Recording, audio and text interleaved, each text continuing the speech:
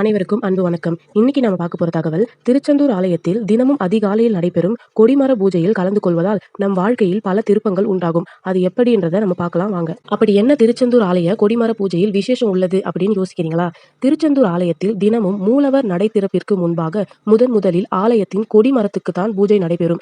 இந்த கொடிமரம் பொதிகை மலையிலிருந்து வரப்பெற்ற சந்தன மரமாகும். இந்த கொடிமரம் சந்தன கொடிமரம் என்பது பலருக்கும் தெரியாது. இந்த கொடிமரம் திருச்செந்தூர் ஆலயத்திற்கு வந்த வரலாற்றை நாம் முதலில் தெரிந்து கொள்வோம். முன்னொரு காலத்தில் திருச்செந்தூர் சுப்பிரமணிய சுவாமி கோவிலில் மாசி திருவிழா நடைபெறவில்லை. காரணம், அங்கு கொடிமரம் இல்லை. ஆகவே திருச்செந்தூர் முருகன் கோவிலுக்கு கொடிமரம் வைக்க வேண்டும் என்று ஊர் கூடி பேசி முடிவெடுத்தன. உடனே ஆறுமுக ஆசாரி என்பவர் தலைமையில் 21 பேர் கொண்ட குழு காக்காட்சி மலைக்கு கொடிமரம் வெட்ட கிளம்பினர். திருச்செந்தூர் மந்தை அருகே உள்ள அம்மன் கோவிலில் அந்த குழுவினர் வேண்ட தொடங்கினர். அம்மன் கோவிலில் முன் மற்றவர்கள் நின்று கொண்டனர். அம்மனை வணங்க ஆறுமுகம் ஆசாரி மட்டும் கருவறைக்குள் நுழைந்து அம்மனை வணங்கினார். அப்போது அம்மன் கண்களில் இருந்து நீர் வடிந்தது.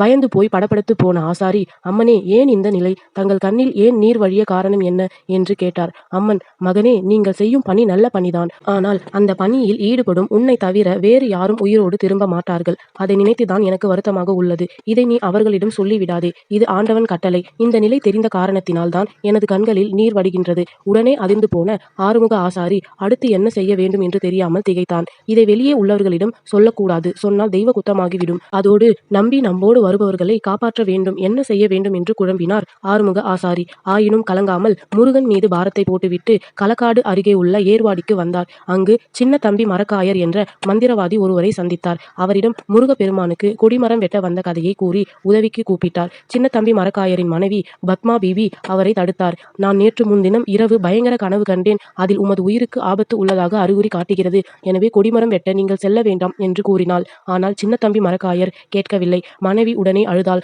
தமது குடும்பம் உன்னை நம்பிதான் உள்ளது. தயவு செய்து செல்ல வேண்டாம் என்று தடுத்து கூறியும் சின்ன தம்பி மரக்காயர் கேட்கவில்லை. வீதி யாரை விட்டது என்று அவர் ஆறுமுகம் ஆசாரி குழுவினரிடம் களக்காட்டு மலைக்கு சென்றார். அவர்கள் திருச்செந்தூரில் இருந்தே 21 மாட்டு வண்டிகளில் வந்திருந்தார்கள். அந்த வண்டிகள் அணிவகுத்து களக்காடு மலையை நோக்கி சென்றது. ஆனால் அவர்களுக்கு தேவையான கொடிமரம் கிடைக்கவில்லை. அலைந்து திரிந்து பார்த்தார்கள். பக்கத்தில் எந்த இடத்திலும் சரியான மரம் கிடைக்கவில்லை. எனவே காக்காட்சி மலை என்று அழைக்கப்படும் மேற்கு தொடர்ச்சி மலையான பொதிகை மலைக்கு உச்சிக்கு சென்றனர். அங்கு அற்புதமான நல்ல உயரமான சந்தன மரம் ஒன்று இருந்தது.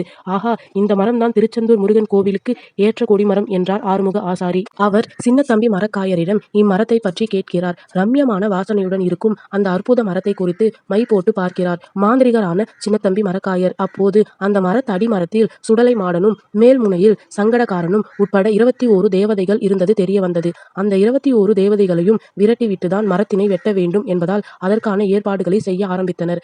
முதலில் மந்திரம் மூலம் தேவதைகளை விரட்ட மை போட்டார் மரக்காயர். மற்றவர்களை கோடாரி கொண்டு வெட்டச் சொன்னார். கோடாரி மூலம் வெட்டப்பட்ட மரம் கோடாரியை திருப்பி விட்டது. உடனே அந்த கோடாரி மரத்தை வெட்டிய 20 பேர்களின் கழுத்தில் பட்டது. அலறியபடி 20 பேரும் இரத்த வெள்ளத்தில் சரிந்தனர். அதைத் தொடர்ந்து அவர்கள் மரணம் அடைந்தனர். இதனால் ஆறுமுக ஆசாரி அதிர்ச்சி அடைந்தார். ஐயோ, நான் என்ன செய்வேன் என்று மந்திரவாதி சின்ன தம்பி மரக்காயரிடம் சென்றபோது அவரும் ரத்தம் கக்கி இறந்து இருந்தார். அடுத்த வினாடி ஆறுமுக ஆசாரிக்கு என்ன செய்வது என்றே தெரியவில்லை. இதற்கிடையில் அந்த மரத்தில் இருந்த 21 மாட தேவதைகளும் மரத்தை விட்டு கீழே இறங்கி ஆறுமுக ஆசாரியை விரட்டியது. உயிருக்கு பயந்த அவர் காக்காட்சி மலையை விட்டு ஓடினார். அடுத்து பொதிகை மலைக்கு வந்தார். அந்த இடத்தை விட்டு கீழே இறங்கி ஓட ஆரம்பித்தார். இறுதியில் தாமிரபரணி ஆற்றங்கரையில் சொரிமுத்து ஐயனார் கோவிலில் வந்து ஐயனார் காலை பற்றி கொண்டு காப்பாற்ற கூறி கதறினார். சொரிமுத்து ஐயனார் 21 மாட தேவதைகளையும் அழைத்து சமாதானம் செய்தார். முருகன் எனது சகோதரன்தான். அவன் கோயிலுக்கு தானே கொடிமரம் செல்கிறது. பிறகு ஏன் தடுக்கிறீர்கள் என்று கூறினார். அதற்கு சுடலை மாடன் சங்கடகாரன் உட்பட 21 மாட தேவதைகளும், நாங்கள் வசிப்பதற்கு இது போன்ற வேறு சந்தன கொடிமரம் இல்லை. திருச்செந்தூர் ஆலயத்தில் இந்த கொடிமர பிரதிஷ்டை செய்யப்பட்ட பின்பு தங்களை தொடர்ந்து இந்த கொடிமரத்திலேயே வாசம் செய்ய அனுமதி வழங்க வேண்டும் என்றும், தங்களுக்கு முதல் பூஜை நடத்திய பின்பே மூலவருக்கு பூஜைகள் நடக்க வேண்டும் என்றும் சொரிமுத்து ஐயனாரிடம் வேண்டினர். சொரிமுத்து ஐயனாரும் அவர்களது வேண்டுகோளை ஏற்றுக்கொண்டு சுடலை மாடன் சங்கடகாரன் உட்பட 21 மாட தேவதைகளும் அந்த சந்தன மரத்தை அவர்களே வெட்டி அதை திருச்செந்தூரில் கொண்டு சேர்த்து ஆலயத்தில் பிரதிஷ்டை செய்ய வேண்டும் என்றும் அவர்களை அந்த கொடிமரத்திலேயே தொடர்ந்து வாசம் செய்து கொள்ளும்படியும் உத்தரவிட்டார். அதன்படி சுடலைமாடன், சங்கடகாரன் உட்பட 21 மாட தேவதைகளும் அந்த சந்தன மரத்தை வெட்டினார்கள். பின் 21 மாட்டு வண்டியையும் ஒன்றாக கட்டினர். அந்த சந்தன மரத்தை அப்படியே தூக்கி வைத்து திருச்செந்தூர் நோக்கி சென்று கொண்டனர். அம்மரமே தற்போது திருச்செந்தூரில் கொடிமரமாக வைக்கப்பட்டுள்ளது. சொரிமுத்தையனார் உதவியின்படி சுடலைமாடன், சங்கடகாரன் உட்பட 21 மாட தேவதைகளும் இந்த கொடிமரத்தில் வாசம் செய்து வருகின்றன. இப்போது திருச்செந்தூர் ஆலயத்தில் மாசி திருவிழா நடைபெறும் போது ஆடு வெட்டி சுடலைமாடனுக்கும் சங்கடகாரனுக்கும் படைத்துவிட்டுதான் தேர் ஓட வேண்டிய வேலைகளை செய்வார்கள். மாசி திருவிழா தேர் ஓடும்போது அதிலேயும் சங்கடகாரன் தேர் மேல் ஏறி சரி போகலாம் என்று கூறிய உடனேதான் தேர் நகரும் என்கிறார்கள். இந்த கதை நெஞ்சை பதற வைப்பது போல் உள்ளது அல்லவா? திருச்செந்தூர் ஆலயத்தில் உள்ள கொடிமரம் பிரம்மாண்டமானது. அதை 21 மனிதர்கள் கொண்டு வருவது என்பது இயலாதது. எனவே 21 மாட்டு வண்டி நேராக திருச்செந்தூர் நோக்கி வரும்போது சாலையில் தடை ஏதும் இருந்திருக்காது. சொரிமுத்து ஐயனாரிடம் ஆசியுடன் சுடலைமாடன், சங்கடகாரன் உட்பட 21 மாட தேவதைகளும் இன்றளவும் வாசம் செய்து வரும் பொதிகை மலையிலிருந்து கொண்டு வரப்பட்ட சந்தன மரமே தற்போது திருச்செந்தூரில் கொடிமரமாக இருப்பதால் இந்த கொடிமரத்தில் முதலில் பூஜைகள் நடைபெற்ற பின்னரே மூலவருக்கு நடை திறக்கப்பட்டு நிர்மால்யம் அபிஷேகம் மற்றும் பூஜையெல்லாம் நடைபெற்று வருகிறது.